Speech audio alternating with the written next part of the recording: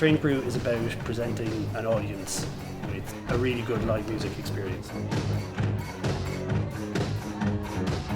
It's huge bands that are about to become huge that Strange Brew picks up before anyone else. We've had 4 shows in 4 days now, but like that's something that the Roisin is really special. It's just this kind of iconic place that people just kind of migrate into, you know? This is the Strange Brew, Honey Buns. That's what happens. Yes!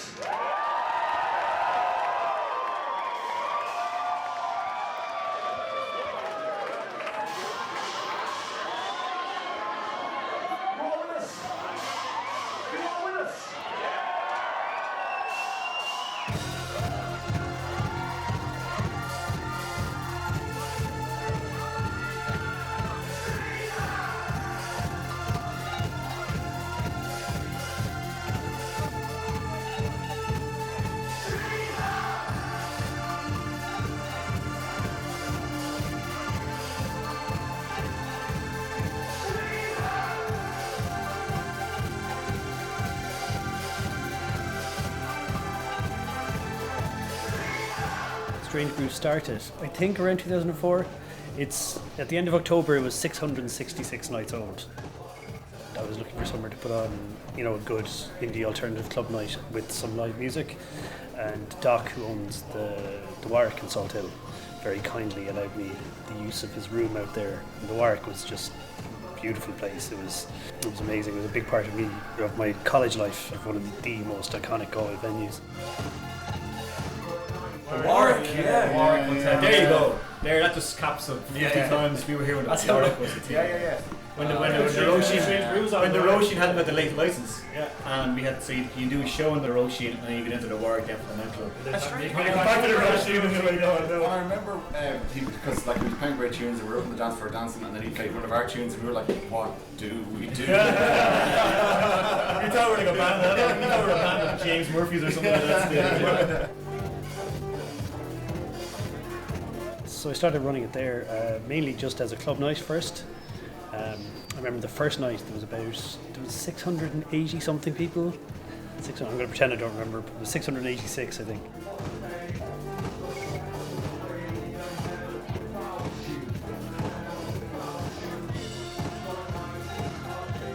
The very first thing that I came across in Galway was absolutely the Roisin Dubh. I couldn't believe there was as many great bands playing in Galway.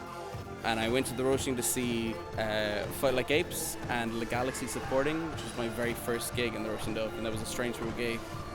And it was just insane because I was like, what the hell? Like, this is like something that's right beside me. I can totally experience it. And then once I started writing music myself, Strange Brew for me when I first started writing the stuff that I was doing was the holy grail. If I could get to the Strange Brew thing, that was all I wanted to do. In 2005, I think, we went late night in the Roisin, so we kind of put an end to.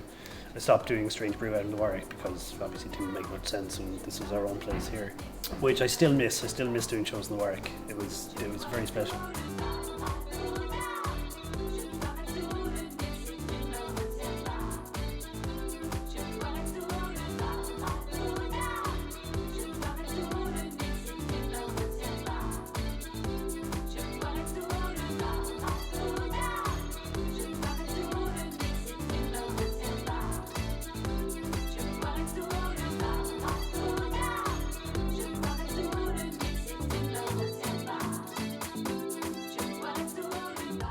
We've been playing the Roisin Dubh for years, and like a lot of those gigs we would have done would have been Strange Brew gigs.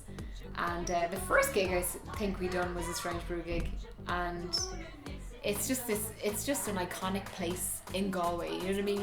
You if people ask you, oh, where's good to play around Ireland, you say Roisin Dubh in Galway, and it was like a list of like a couple of places where you gotta hit up. You know what I mean? So it's one of those places that's on the list, you know? Yeah. A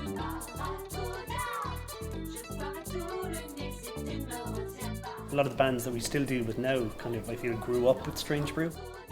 There were certainly established acts like the Redneck Manifesto, but then Jape, I suppose, did a lot of his shows here as well. A lot of those bands like Fight Like Apes and De Laurentiis and people like that would have done their first gig outside of Dublin at Strange Brew. And you see some of them who would start out as, you know, support and then go on to their headline gigs and then go on to paying shows, and some of them now, like Villagers, doing sellout shows for us in the Black Box. So it's great to see that. For a band who's coming down with pretty much no profile, whatever, like it's for new bands, it's for bands to be discovered, and you pretty much have a captive audience when you get there to actually showcase yourself to a bunch of people who don't know who you are, and that's rare, if not impossible, to get in this country, to get that kind of platform, you know. So it's really important. Graduated after our own headliner, which is such a different feeling, such a different business, like almost, you know what I mean? Like it was all scary. The onus was on you, but like at the time when you do the Strange Brews, there is a kind of a, you don't feel the burden, you just feel, I'm here to do my job. And that's what a band needs when they're starting out. You know, they feel that you need to just go down and play music, and people will be there to listen to it. Whether you're good or bad, that's up to you. It's good to always have your back. You'll always be there to kind of talk you through and guide you through it, and you know, just work out a plan, which is kind of very important. There was always a music scene in Galway, but there's never been, like, there wasn't that, like, these big international acts weren't coming in like such floods or such variety. And it's like he's bringing people in like Father John Misty last year, and even last night Kimmy Dawson was playing. And you know, where else would you see them in Galway but, you know, the Roisin or at the Strange Brew? And bringing acts like that in and taking a hit, you know, the odd time, like, you know, if something doesn't pan out, it doesn't matter, because it's what matters is, you know, the quality of the entertainment that's been brought to Galway, and it's great. It's not just a night. It's not just like a night out on the town. It's not just a night to get drunk on. It's a night where you're going to get educated on music that you haven't heard yet. And there's just been so many bands that I have heard playing in the Strange Brew that, like, 6 months later or a year later, they're like headlining some huge festival in the UK or Ireland. Just kind of the sheer randomness of it all. You can kind of get everything from, you know, electronica to some singer-songwriter to some 90s pavement style stuff to anything in between, you know. Just randomness and the brilliance of it as well. Just get a surprise really when you go into it. You had bands like the Jimmy Cake and the Redneck Manifesto, Snow Patrol, just before they skyrocketed into the super megadom that they are now. But you know, in fairness, their first two albums were excellent. It was great to have that every week, you know, that people could come back consistently and see a certain standard of music. 1, 2, 3, 4. Home is where I want to be. Pick me up and turn me round. I feel numb, born with a weak heart. I guess I must be having fun. The first gig that we did was one that I remember the best. It was the first Villagers show outside of Dublin. We really enjoyed it, it was amazing. We sort of stayed up far too late dancing and got a bit crazy. I think my first actual one was this one, the Cast of Cheers. It's one of the only few tickets I could find. But yeah, the Cast of Cheers at Strange Brew was amazing. Like, when you're in Dublin and people go like, oh, you're from Galway, it's like a really good music town. What they mean is like, fucking the Roisin Dubh is here, right? Roisin Dubh is here. That means that it brought these insanely huge bands before they were huge. Say good night. dance.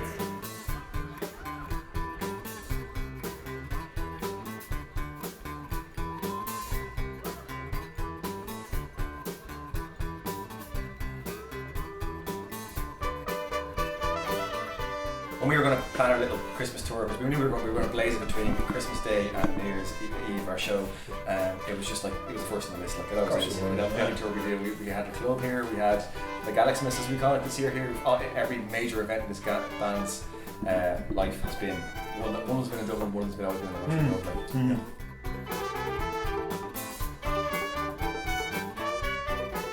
but yeah, it's great to see so many bands doing well now. You know, bands like the Galaxie and All Twins and So I Watch You From Afar. All of those, Jape, all of whom are, you know, Strange Brew. I'm not going to say graduates, but Strange Brew alumni certainly. So it's always nice to see them doing so well at festivals and going on, you know, going to see them play the big stage and going, do you remember when? I remember finding the Galaxie asleep outside the back door, you know, 10 years ago. I think Googie's just got his, you know, his ear to the ground in Ireland, not just in Galway. Kind of a friendliness kind of about the place. Like everybody who goes there, you can tell that people who go there love music.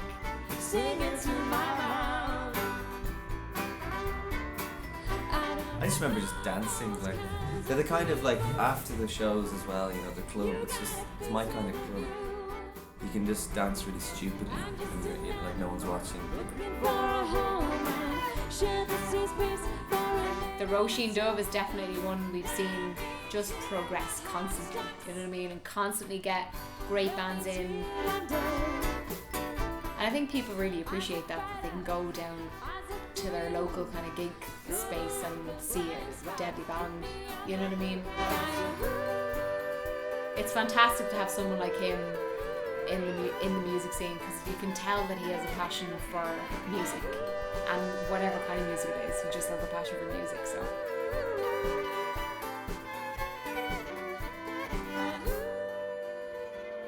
It's about, you know, introducing people to music that we love. Yeah, it's nice. It's really nice when you play a song, and I suppose especially if you're playing stuff by Irish bands and you see people dancing to it or asking what's the name of this. That's one of that's my favourite moment DJing. Is when people are dancing to songs they don't know. That's the best part of it, I think.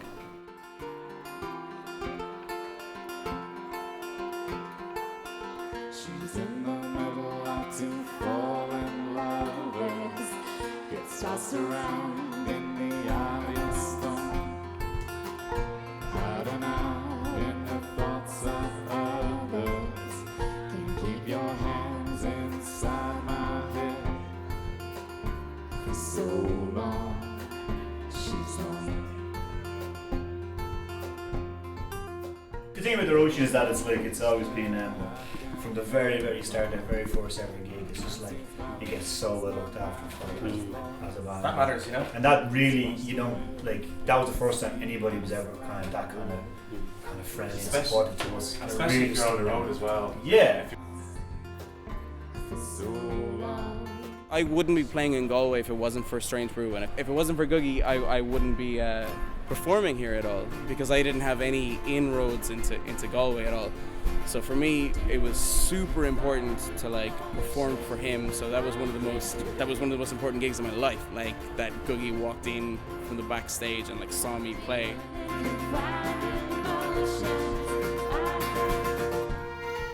You make a lot of friends, and I like that when people come in and they feel comfortable here and they know all the staff and, you know, they know the apartment. The most famous apartment in the rest of Ireland. Get your music into Googie and get your music into the Roisin, and get on the stage in Roisin Dubh, because it's one of the places in Ireland that, you know, you're guaranteed to come off the stage with a big smile on your face, whether there's 2 people there or whether there's 200 people there. It's just so much fun. Yeah, I love it. Such a great atmosphere and family that was there, and ever since that's where we've been down. Yeah, God, 49 times later. We're blessed to have it in Galway. We're blessed to have it. It's one of my favourite nights, and yeah, I mean, I just hope people love it as much as I do.